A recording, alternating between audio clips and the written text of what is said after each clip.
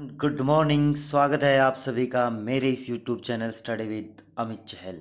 आज है दोस्तों 8 सितंबर 2020 और 8 सितंबर 2020 से बनने वाले जितने भी मोस्ट 10 जो टॉप 10 जो करंट अफेयर के क्वेश्चन हैं उनको आज हम डिस्कस करेंगे।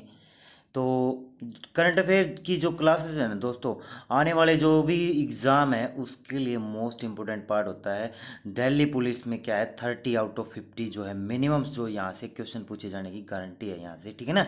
और जो रेलवे के जो एग्ज़ाम आने हैं एनटीपीसी होगा, ग्रुप डी होगा, तो वहाँ पे जो जीके पूछी जाएगी तो वहाँ पे भी क्या है, ये जो करंट अफेयर की क्लासेस हैं डेली बेसिस पर अगर आप देखते हो तो ये मोस्ट इम्पोर्टेंट पार्ट रहेगा, ठीक है ना।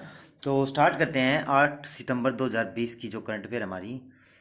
तो लास्ट टाइम मैंने क्वेश्चन पूछा था यस्टरडे कि भी चीन की मुद्रा का नाम क्या बताओ। तो चीन की मुद्रा का नाम क्या है, रेनमिनबी और युआन दोनों ही क्या है यहाँ की करेंसी है। तो उपरोक्त दोनों, ठीक है ना, मैंने बताया था युआन तो छोटी करेंसी है, रेनमिनबी बड़ी करेंसी है, जैसे कि भारत में रुपया और पैसा। क्लियर है। तो दोनों ही करेंसियाँ कहाँ की हैं, चीन की हैं भाई। क्लियर है। उसके बाद बात करेंगे क्वेश्चन हमारा, हाल ही में विद्या कनुका नामक योजना किस राज्य में शुरू की गई है। तो भाई विद्या कनुका नामक योजना स्टार्ट की है तो किस राज्य में स्टार्ट की है, वो की है आंध्र प्रदेश राज्य में। आंध्र प्रदेश सरकार ने क्या किया है, विद्या कनुका योजना स्टार्ट की है, जिसमें जो स्टूडेंट हैं वहाँ के उनको क्या है, जो शैक्षणिक जो सामग्रियाँ हैं वो पढ़ने लायक जो किताबें होंगी, पेन पेंसिल हो गए, ठीक है ना, तो वो जो है इस योजना के तहत दिया जाएगा वहाँ के बच्चों को। क्लियर है। अब आंध्र प्रदेश आया तो आंध्र प्रदेश के बारे में बात करें। सबसे पहले आंध्र प्रदेश की दोस्तों 3 राजधानियां हैं, ठीक है ना। 2 जून 2014 को अलग हो गई ये स्टेट, एक स्टेट बना इससे, तेलंगाना एक स्टेट अलग हो गया इस आंध्र प्रदेश राज्य से, ठीक है ना। तब क्या हुआ, आंध्र प्रदेश की कैपिटल जो हैदराबाद थी, वो हैदराबाद तो क्या है एक कॉमन कैपिटल बनाई गई, क्या है 10 सालों के लिए, परंतु बाद में क्या हुआ, अमरावती बना दिया आंध्र प्रदेश की कैपिटल, ठीक है ना।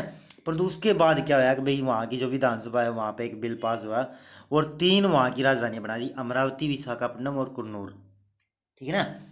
अमरावती तो विधायिका, ठीक है ना, अमरावती क्या है अपनी यहाँ पे विधायिका, जो विधायिका की राजधानी है, ठीक है ना। और जो विशाखापट्टनम है वो यहाँ पे क्या है कार्यकारिणी, कार्यकारी की राजधानी है यहाँ की। और जो जस्टिस, ये न्यायिक जुडिशरी जो कैपिटल है वो कौन सी है, कुर्नूल।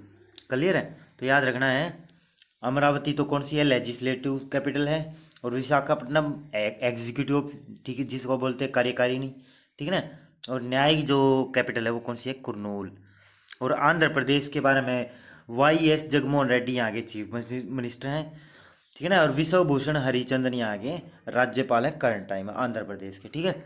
और भाषा के आधार पर अलग होने वाला भारत का सबसे पहला राज्य कौन सा था, आंध्र प्रदेश। क्लियर है। उसके बाद बात करेंगे नेक्स्ट क्वेश्चन हमारा। क्वेश्चन है, हाल ही में राफेल विमानों को भारतीय वायुसेना के किस स्क्वाड में शामिल किया गया। तो जो राफेल जो डील हुई थी, जिसके तहत राफेल विमान आए हैं भारत के अंदर, तो उनको क्या है एयरफोर्स के, भारतीय जो एयरफोर्स है उसमें किस जो स्क्वाड में शामिल किया गया है, तो ये आपने बताना है। तो गोल्डन एरो स्क्वाड है इंडियन एयरफोर्स के अंदर, तो उसमें राफेल विमानों को क्या है शामिल किया गया है। अब राफेल आया तो राफेल के बारे में थोड़ा बात करेंगे। राफेल विमान को फ्रांस की डसाल्ट कंपनी ने बनाया था भाई। राफेल जो है, राफेल डील किसके साथ हुई थी, भारत और फ्रांस। और फ्रांस की किस कंपनी ने बनाया राफेल विमानों को, डसाल्ट, ठीक है। अब बात करें जो ये विमान थे कितने खरीदने थे, 36, ठीक है ना। 36 जो राफेल जो विमान खरीदने हैं, ठीक है ना, जिनमें से जो फर्स्ट जो बैच आया है उसका। क्लियर है। और ये जो कितने रुपए में डील हुई थी, 69,000 करोड़ रुपए में, ठीक है ना। यानी कि 36,000 राफेल विमान खरीदेगा भारत, जिसका जो फर्स्ट बैच आ भी चुका है, ठीक है ना। तो वो डील कितने रुपए में थी, 69,000 करोड़ रुपए में। क्लियर है। अब बात करते हैं इंडियन एयरफोर्स के बारे में। इंडियन एयरफोर्स डे कब मनाया जाता है, 8 अक्टूबर को। हर साल जो क्या है इंडियन एयरफोर्स डे कब मनाता है, 8 अक्टूबर को। वायु वायुसेना यानी कि इंडियन एयरफोर्स के जो चीफ हैं वो कौन है, RKS भदौरिया।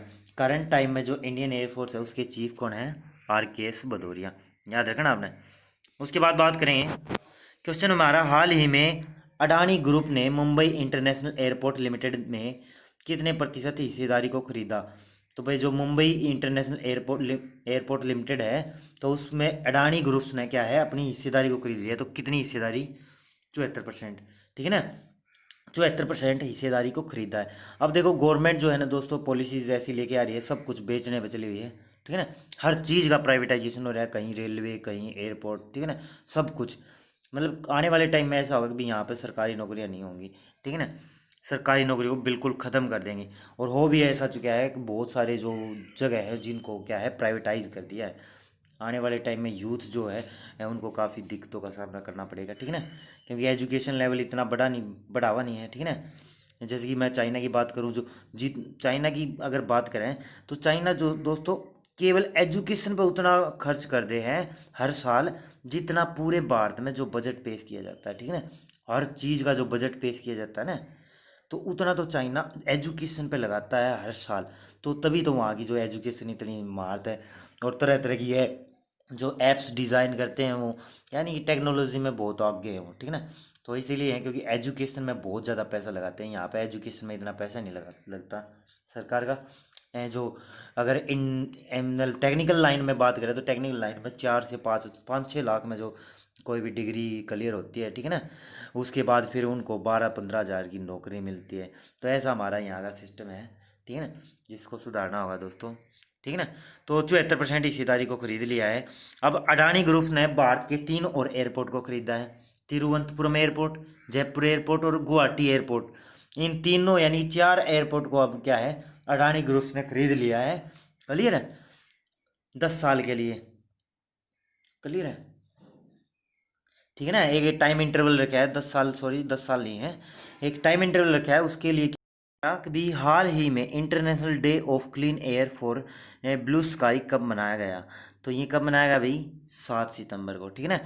अब देखो ये पहला जो डे मनाया गया है, यानी पहली बार ऐसा डे मनाया है। यूएनओ ने, दरअसल यूएन जो है यूनाइटेड नेशंस, उसने अनाउंसमेंट की है कि भाई हर साल 7 सितंबर से अब क्या मनाया जाएगा, international day of clean air for blue sky. किस लिए भाई? क्योंकि जो पर्यावरण जो है, पर्यावरण से जो जुड़ने वाली जितनी भी जो क्लाइमेट जो चुनौतियां हैं उनसे निपटने के लिए ये डे मनाया गया है, लोगों को जागरूक करने के लिए। क्लियर है। अब देखो यूएनओ ने इसकी अनाउंसमेंट की है, तो यूएनओ के बारे में बात करेंगे। यूनाइटेड नेशंस ऑर्गेनाइजेशन, स्थापना 24 अक्टूबर 1945, न्यूयॉर्क में हेडक्वार्टर है। एंटोनियो गुटरेज इसके करंट टाइम में क्या है, हेड है भाई, ठीक है। किसके? UNO, United Nation Organisation. और जो यूएनओ है ये कब बना था? 24 अक्टूबर 1945।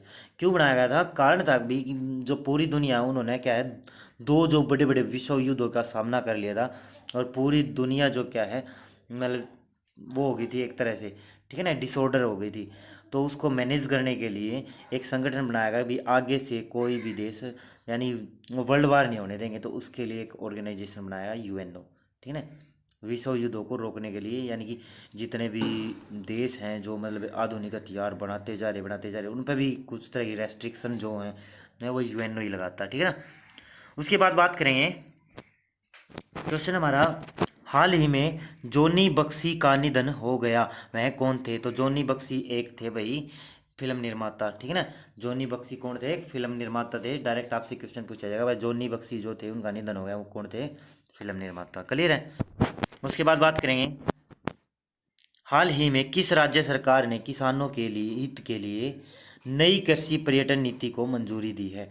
तो वे किसानों के लिए एक राज्य सरकार है, तो कौन सी राज्य सरकार ने एक नई कृषि पर्यटन नीति शुरू की है, उसको मंजूरी दे दी है? तो किस राज्य ने दी है भाई? वो दी है महाराष्ट्र।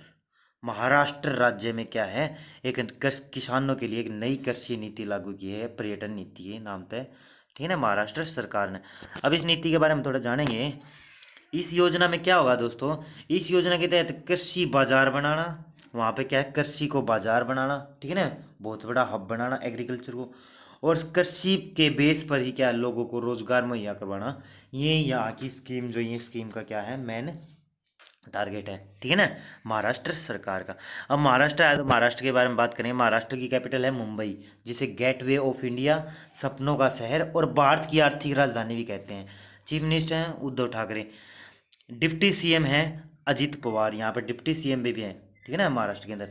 राज्यपाल हैं भगत सिंह कोश्यारी, और यहाँ का जो हाईकोर्ट है वो बॉम्बे हाईकोर्ट है। गोवा और महाराष्ट्र का साझा हाईकोर्ट है बॉम्बे हाईकोर्ट, जिसके चीफ जस्टिस कौन है? दीपांकर दत्ता जी।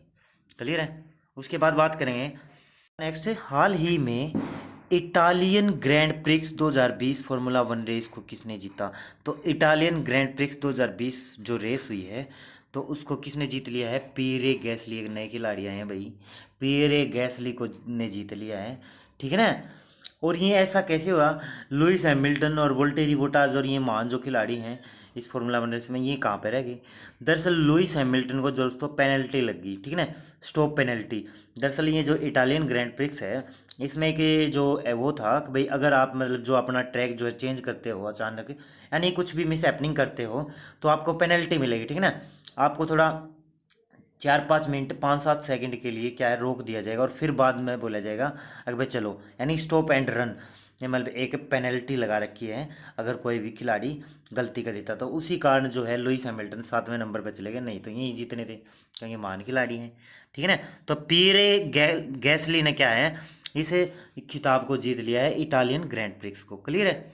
अब बात करते हैं इन ग्रैंड प्रिक्स के बारे में। इटालियन ग्रैंड प्रिक्स को जिसने जीता है, ठीक है ना, तो उसके बारे में बात करेंगे गैली के बारे में। तो ये फ्रांस के खिलाड़ी हैं दोस्तों, और इनका संबंध किस कंपनी से है? अल्फा टूरी। जैसे कि स्पॉन्सरशिप लेते हैं भाई कोई भी कंपनी, तो अल्फा टूरी जो है कि ये खिलाड़ी हैं अल्फा टूरी की तरफ से खेलते हैं। उसके बाद बात करें, एक हुआ था ऑस्ट्रियन ग्रैंड प्रिक्स जिसको जीता था वोल्टेरी बोटाज ने, जो कि मर्सिडीज़ के खिलाड़ी हैं। ऑस्ट्रियन ग्रैंड प्रिक्स अगर पूछ ले तो वो उसको किसने जीता है? वोल्टेरी बोटाज ने। ये 2020 की बात कर रहे हैं। क्लियर। उसके बाद बात करें 5 जो ग्रैंड जो प्रिक्स हैं उनको किसने जीता था? Lewis Hamilton. वो कौन कौन से हैं? वो है भाई स्टारियन ग्रैंड प्रिक्स, स्टारियन है भाई, Styrian Grand Prix, Hungary Grand Prix, British Grand Prix, Spanish Grand Prix और बेल्जियम ग्रैंड प्रिक्स। तो इन 5 खिताबों को किसने जीता है? लुइस हैमिल्टन ने, जो कि मर्सिडीज के खिलाड़ी हैं, ठीक है ना। वोल्टेरी बोटाज और मर्सिडीज के खिलाड़ी हैं, ठीक है ना। और लुइस हैमिल्टन भी किसके खिलाड़ी हैं? मर्सिडीज के, ठीक है। उसके बाद एक चैंपियनशिप हुई थी 70th एनिवर्सरी ग्रैंड प्रिक्स जिसको जीता था मैक्स वर्स्टैपन ने। 70वीं जो एनिवर्सरी ग्रैंड प्रिक्स है उसको किसने जीता था? मैक्स वर्स्टैपन ने, जो कि रेड बुल के खिलाड़ी हैं, ठीक है ना। याद रखना आपने, ये मोस्ट इंपोर्टेंट पार्ट है, यहाँ से क्वेश्चन बनेंगे, आपको डिटेल में बतौर यहाँ पे समझ कर चलना है, ठीक है ना। तो नेक्स्ट चलेंगे।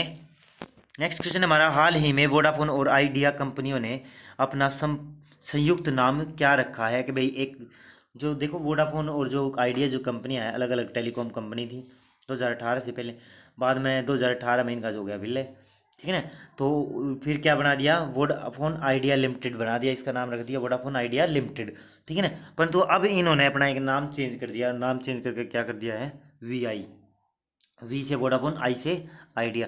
तो वोडाफोन आइडिया का जो संयुक्त जो वो था उसको क्या नाम दे दिया है? VI। अब वोडाफोन आइडिया के बारे में बात करें तो मर्ज हुई थी ये दोनों कंपनियां 31 अगस्त 2018 को, 31 अगस्त 2018 को इन दोनों कंपनियों का विलय हुआ। अब बात करेंगे जो दोनों कंपनी के फाउंडर, तो वोडाफोन के फाउंडर हैं जेरी वेंट और अर्नेस्ट हैरिसन। जेरी वेंट और अर्नेस्ट हैरिसन ने 1991 में वोडाफोन कंपनी को क्या है स्थापना की थी, जिसका हेडक्वार्टर कहाँ पे है? वर्कशीट USA, ठीक है ना, अमेरिका के अंदर इसका हेडक्वार्टर है वोडाफोन का भाई। क्लियर है। उसके बाद बात करें आइडिया की, तो कुमार मंगलम बिरला, इन्होंने क्या है आइडिया की स्थापना की थी, ये फाउंडर हैं भाई, ठीक है ना, आइडिया कंपनी की, जिसकी स्थापना 1995 में, वही हेडक्वार्टर मुंबई में है, ठीक है ना। और जो इनका जो संयुक्त जो अब ये नाम रखा गया VI, यानी पहले वोडाफोन आइडिया लिमिटेड था, ठीक है ना, तो उसके CEO थे रविंदर ठाकुर। तो अब ये VI के चीफ हो गए हैं, CEO हो गए हैं रविंदर ठाकुर जी। तो वोडाफोन आइडिया का जो मर्ज जो हुआ था वो याद रखना आपने 2018 में। क्लियर है। उसके बाद बात करेंगे नेक्स्ट क्वेश्चन हमारा, हाल ही में कहाँ पर स्पैरो सिस्टम लॉन्च किया गया? तो स्पैरो सिस्टम लॉन्च किया गया है, तो वो कहाँ पे? वो किया गया जम्मू कश्मीर यूनियन टेरिटरी, जम्मू कश्मीर जो केंद्र शासित प्रदेश है उसमें, वहाँ पे क्या है स्पैरो नामक एक सिस्टम शुरू किया है। यह दरअसल वहाँ के जो एडमिनिस्ट्रेटिव ऑफिसर हैं, जो जम्मू कश्मीर में जो एडमिनिस्ट्रेटिव ऑफिसर हैं IAS जो सेलेक्ट होते हैं वहाँ से, ठीक है ना, नियुक्त किए जाते हैं भारत में, बाहर से, ठीक है ना, जो जम्मू कश्मीर में नियुक्त किए जाते हैं, तो उनके लिए यह एक सिस्टम लॉन्च किया है स्पैरो नाम से, जिसमें क्या होगा कि जो एडमिनिस्ट्रेटिव जो पर्सन है वहाँ के जम्मू कश्मीर के, वो कहीं से भी जो है ना अपनी जो फाइलें हैं उनको क्या करवा पाएंगे, उन फाइलों को एक मिनट रुकना। हाँ, उन फाइलों को इश्यू कर सकते हैं, यानी ये जो भी मतलब उन्होंने काम किया है, उनका जो डाटा है, उनको आसानी से कहीं से भी, अगर वो भारत के दुनिया के किसी भी कोने में है, तो वहीं से जो अपनी जो फाइलों का क्या कर सकते हैं, ठीक है ना, दिखा सकते हैं, यानी अपने जो काम को बता सकते हैं। क्लियर है, ये काम चल रहा है, क्लियर है। तो ये ऐसी एक स्कीम है, ऐसी एक योजना है जिसके तहत जो एडमिनिस्ट्रेटिव सर्विसर हैं वहाँ के, उनके लिए स्कीम है भाई, ठीक है। अब जम्मू कश्मीर आया तो जम्मू कश्मीर के बारे में बात करेंगे, ठीक है ना। जम्मू कश्मीर की बात करें तो जम्मू कश्मीर में थी भाई धारा 370 और 35A, उसको हटा दिया 5 अगस्त 2019 को। 5 अगस्त 2019 को क्या है, संसद में बिल पेश हुआ कि भाई धारा 370 और 35A को हटा दिया गया, और जम्मू कश्मीर के दो टुकड़े हुए, जम्मू कश्मीर और लद्दाख, इनको बना दिया यूनियन टेरिटरी, केंद्र शासित प्रदेश, ठीक है ना। दो अलग केंद्र शासित प्रदेश बन गए, ठीक है ना। अब जम्मू कश्मीर की कैपिटल तो है श्रीनगर। जम्मू कश्मीर एक ऐसा कैपिटल वो बना भाई, तीसरा भारत का क्या बना, यूनियन टेरिटरी बना, जिसमें क्या है, विधानसभा भी है, यानी वहाँ पे CM भी सिलेक्ट होंगे, चीफ मिनिस्टर भी बनेंगे। क्लियर है, ठीक है ना भाई। तो उसके बाद बात करें, धारा 370 हटने के बाद यहाँ आगे जो पहले चीफ लेफ्टिनेंट गवर्नर बनाए गए गिरीश चंद्र मुर्मू जी, जिनको भारत का फिलहाल में कैग बना रखा है, कंट्रोलर ऑडिट जनरल, ठीक है। अब जो कौन है यहाँ पे लेफ्टिनेंट गवर्नर कौन है जम्मू कश्मीर में, मनोज सिन्हा, और मनोज सिन्हा ने ही इस पोर्टल को लॉन्च किया है, ठीक है ना, मनोज सिन्हा। क्लियर है, याद रखना है। और अब हाल ही में एक क्वेश्चन आया था कि भाई केंद्र सरकार ने एक बिल पास किया, उसके तहत क्या है, जम्मू कश्मीर में की जो राजभाषा है वो कौन कौन सी बनाई। इंग्लिश उर्दू तो पहले ही थी भाई, ठीक है ना। जम्मू कश्मीर की जो राजकीय भाषा वो कौन कौन सी थी, पहले इंग्लिश और उर्दू तो थी, और अब हिंदी, डोगरी और कश्मीरी को भी मिला दिया गया। क्लियर है। उसके बाद बात करेंगे, नेक्स्ट क्वेश्चन हमारा, हाल ही में राष्ट्रपति रामनाथ कोविंद जी ने कितने शिक्षकों को राष्ट्रीय शिक्षक पुरस्कार दिया। तो कितने राष्ट्रीय शिक्षक पुरस्कार दिए हैं भाई रामनाथ कोविंद जी ने, जो हमारे 14वें राष्ट्रपति हैं। तो फिलहाल में 47, जो 47 क्या दिए हैं, पुरस्कार दिए हैं शिक्षकों को, राष्ट्रीय शिक्षक सम्मान दिए हैं रामनाथ कोविंद जी ने। और रामनाथ कोविंद जी कौन है, हमारे 14वें राष्ट्रपति। और हाल ही में 13वें राष्ट्रपति ये जो है प्रणब मुखर्जी, उनका क्या हो गया भाई, देहांत हो गया था, इन्फेक्शन हो गया था उनके फेफड़ों में, ठीक है ना। क्लियर। तो 47 अवार्ड दिए गए हैं शिक्षक दिवस के उपलक्ष्य में, ठीक है ना। हमें पता है 5 सितंबर को क्या मनाया जाता है, शिक्षक दिवस, तो उसी के उपलक्ष्य में रामनाथ कोविंद जी ने ये अवार्ड दिए हैं शिक्षकों को, ठीक है दोस्तों। उसके बाद बात करेंगे, आज का आपके लिए क्वेश्चन है कि भाई वर्ल्ड बैंक का मुख्यालय कहाँ पे है। विश्व बैंक का मुख्यालय बताना है आपने, कमेंट सेक्शन में जवाब देना है, ठीक है ना। और आप दोस्तों वीडियो देख लेते हो परंतु जवाब नहीं देते, कमेंट सेक्शन में जवाब दिया करो, कमेंट किया करो, ठीक है ना। तो ये थी आज की वीडियो। तो कैसी लगी आपको वीडियो, अगर आपको वीडियो अच्छी लगी है तो लाइक करें और अपने दोस्तों के साथ शेयर करें, और अगर आप चैनल पर नए आए हो तो चैनल को सब्सक्राइब कर लें, ठीक है ना। और बेल आइकन को प्रेस कर लें ताकि आने वाली सभी वीडियो की नोटिफिकेशन मिलती रहे, ठीक है दोस्तों। तो थैंक्स टू वॉच, थैंक्स।